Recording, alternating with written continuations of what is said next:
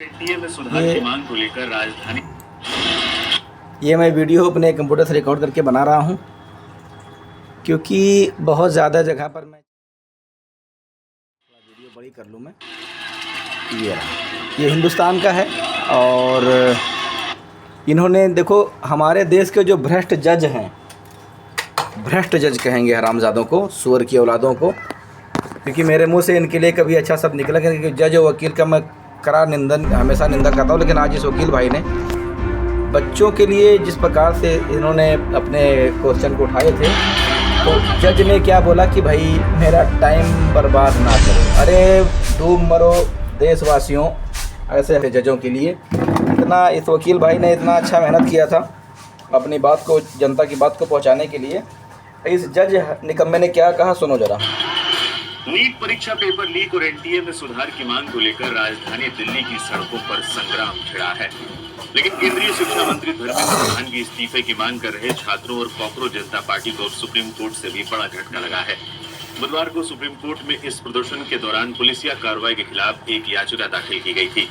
याचिकाकर्ता ने इसे तत्काल सूचीबद्ध करने की मांग की थी, लेकिन सीजेआई सूर्यकांत ने सख्त लहजे में कहा, हमारा सूर्यकांत इनका देखो थोबड़ा, देखो थोबड़ा, समय भी बर्बाद मत करो। सुअर का थोबड़ा देखो। जब वकील ने दलील दी कि छात्र महत्वपूर्ण मुद्दा उठा रहे और उनके पास पुलिस की क्रूरता दिखाने वाले वीडियो मौजूद हैं, तो सीजीआई ने बातचीत।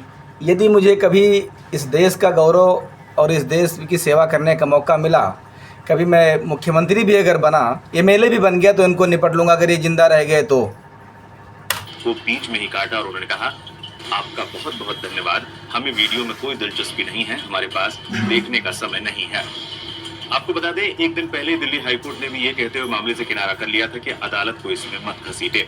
मैं आज भारत देश की मेंशनिंग किया था, जिसमें भारत देश के लाखों बच्चे जंतर मंतर पर पीसफुली प्रोटेस्ट कर रहे हैं। हमारे यहाँ से शुरुआत हुई थी। हमने honourable chief justice of India से रिक्वेस्ट किया कि मेरा शॉर्ट ऑब्जर्वेशन की रिक्वायर्ड है लॉर्डशिप, और बच्चे पीसफुली तरीके से प्रोटेस्ट कर रहे हैं। पर सवाल यह उठता है कि जिस प्रकार से उस पीसफुली प्रोटेस्ट को दबाने के लिए विभिन्न प्रकार के जो पेपर लीक के मामले आज देश में चल रहे हैं, उसको प्रमोट करने के लिए जिस प्रकार से दिल्ली पुलिस ने बर्बरतापूर्ण बच्चों पर लाठीचार्ज किया है, जिस प्रकार से टीयर गैसेस छोड़ी गई है, जिस प्रकार से अनएथराइज्ड तरीके से विदाउट यूनिफॉर्म, विदाउट बैच वाले बच्चों को वहां पर यूज करके और बच्चों के साथ में लाठीचार्ज जो करा, जो दिल्ली का कमिश्नर है इस समय उसको सजाए मौत होनी चाहिए हरामजादे को, कि उसने ऐसा परमिशन क्यों दिया अपने आसपास के जो थाने के इंचार्ज हैं। आया गया है वो भारत देश के संविधान की पूरी तरीके से खिलाफ है। इसमें पुलिस का भी लॉ का वायलेशन है और साथ में सुप्रीम कोर्ट की जो गाइडलाइन है किसी भी प्रोटेस्ट को पीसफुली करने के लिए, उसका भी कंप्लीट तरीके से वायलेशन हो रहा है। साथ में मैंने यह भी कोशिश लॉर्डशिप को समझाने की कोशिश किया है कि लॉर्डशिप यह जो लोकेशन जंतर मंतर की है, यह location identified by the Delhi police and central government of India, और उसी में सबके प्रोटेस्ट होते हैं और पीसफुली होते हैं। पिछले 25 दिन का रिकॉर्ड देखा जाए तो बच्चों का पीसफुली प्रोटेस्ट चला है, उसमें कहीं भी कोई भी ऑब्जर्वेशन पुलिस नहीं कर सकती। पर 2 दिन पहले जिस प्रकार से पुलिस का मिसबिहेव हुआ है, जिस प्रकार से बच्चों को पार्कों में घुस के मारा गया है, जिस प्रकार से दिल्ली पुलिस के जो बड़े ऑफिसर, कई सारे आईपीएस ऑफिसरों को मैंने देखा है कि लड़कियों को थप्पड़ों से मार रहे हैं, तो कोई डंडों से उसको पीछे से मार रहे हैं। बहुत सारे सोशल मीडिया में आप लोग देख, निहत्थे बच्चों पर पत्थर मार। अब यहाँ खून का बदला खून ही होना चाहिए। जितने पुलिस वाले अधिकारी आईएएस आईपीएस हैं, इनके सब घर में घुस के इनकी माँ बहन बेटियों को ऐसे बर्बाद करना चाहिए जिससे कोई हद ना रहे।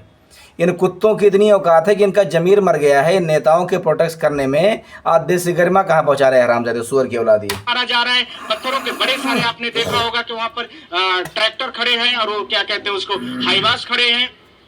तो इसमें शॉर्ट ऑब्जर्वेशन की जरूरत है, पर कोर्ट ने इस चीज से डिनाई किया है। आज ये बोला है कि अभी मैं इसको नहीं सुन पाऊंगा, और इसके साथ में मैंने बोला है कि लॉर्डशिप इसमें शॉर्ट ऑब्जर्वेशन दिया जाए। साथ में मैंने पेन ड्राइव के साथ में जितनी वीडियोस हैं सोशल मीडियाज में, जितनी पब्लिश्ड है मीडियाज में, उसको भी मैंने उसमें रखा हुआ है। अब हमारी प्रेयर क्या क्या है, हमने यह बोला है कि बच्चों के 3 बड़ी छोटी प्रेयर हैं। पहला कि एनटीए का बहुत ही समझदार वकील है, कंडक्ट करा रही नीट का, वो फ्री और फेयर तरीके से नहीं हो रहा है, जो लॉर्डशिप भी जानते हैं। बहुत सारी पिटीशन उनके पोर्टल में पेंडिंग भी है। दूसरा, इसी के साथ में भारत सरकार से मैंने कोर्ट से यह भी मैंने रिक्वेस्ट किया कि एनटीए नामक जो एजेंसी है उसको डिसॉल्व कर दिया जाए। यही दूसरी उनकी रिक्वेस्ट है, और तो कुछ ज्यादा वो मार नहीं रहे कि कुछ लंबा चौड़ा है। तो इसमें कोर्ट ने बोला कि हम इसको नहीं सुनेंगे और हमें अभी इसमें कोई अब देखो कोर्ट भी अंधा बहरा हो गया है मित्रों, इसलिए इस वीडियो को शेयर करने की जरूरत नहीं है, अपने घर में रखने की जरूरत है। अपने घर में हथियार इकट्ठा कर लो, जैसे ये जज दिखाई पड़े इनको वहीं इनको ख़त्म कर दो और अब जान लो कि देश में संविधान नाम की चीज़ खत्म हो गई, सब इन नेताओं के हाथ बिक गए हरामजादे। हम नहीं ले रहे हैं। साथ में मेरा सवाल आप लोगों के माध्यम से है कि हमने 4 चीजें जो अपने लेटर पिटीशन के माध्यम से बोला था कि बच्चों को फ्री और फेयर एग्जामिनेशन के लिए गवर्नमेंट जो है वो कहीं पर अकाउंटेंसी नहीं मेंटेन कर रही। दूसरा, इसके साथ में जो बच्चे अभी प्रोटेस्ट पीसफुली कर रहे हैं उनको पीसफुली प्रोटेस्ट करने का आर्टिकल 19(1)(b) और 1(c) में कंप्लीट तरीके से आर्टिकल दिया हुआ है, वो पीसफुली कर रहे हैं। इसलिए उस समय पर जो भी व्यक्ति इस तरह से वायलेशन और लॉ का उल्लंघन कर रहा है, जिसमें पुलिस ऑफिसर, आरएएफ, सीआईएसएफ के जवान और बिना नाम और बिना बैच के, बिना यूनिफॉर्म वाले जिन लोगों ने बर्बरतापूर्ण बच्चों के साथ बिहेव किया है, वो पूरी तरीके से निंदनीय है और उसमें पुलिस एफआईआर होनी चाहिए। इसके लिए भी मैंने कोर्ट से रिक्वेस्ट मेरे पिटीशन में था। फिर ये पूरा विवाद इतना क्यों गर्मा गया है?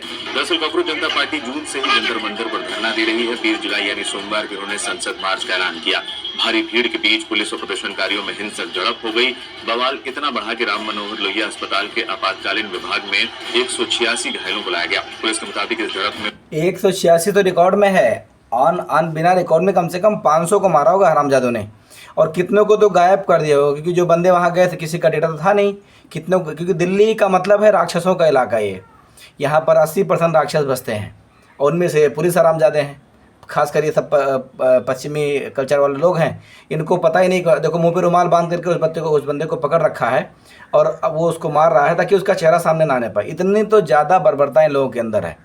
आग लगे से सरकार को और आग लगे थे जनता को जो मुंह बांधे बैठी हुई है। अभी मेरी एक बहन से बात हो रही थी, वो कह रही कि अगर बीजेपी ना होती तो हमारा पता नहीं क्या होता।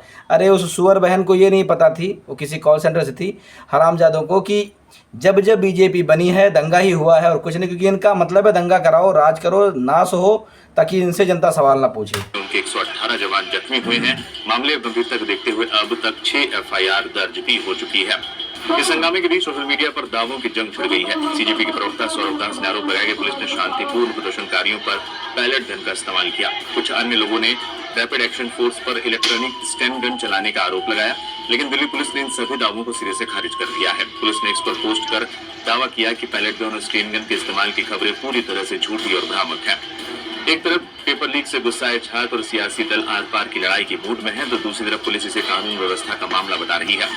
और अब देश की सबसे बड़ी अदालत ने भी साफ कर दिया है कि वो इस मामले पर तुरंत दखल देकर अपना समय नहीं गंवाना चाहती। मामले को लेकर अभी भी छात्र जंतर मंतर पर डटे हुए हैं और भीड़ लगातार बढ़ती जा रही है। मामले को लेकर संसद में भी जबरदस्त विरोध देखने को मिला है। संसद का सबसे महा गुंडा कह सकते हो, सबसे महान चूतिया इंसान, बेवकूफ, बदतमीज ओम बिरला, इनका थोड़ा देख लो, महाबदतमीज।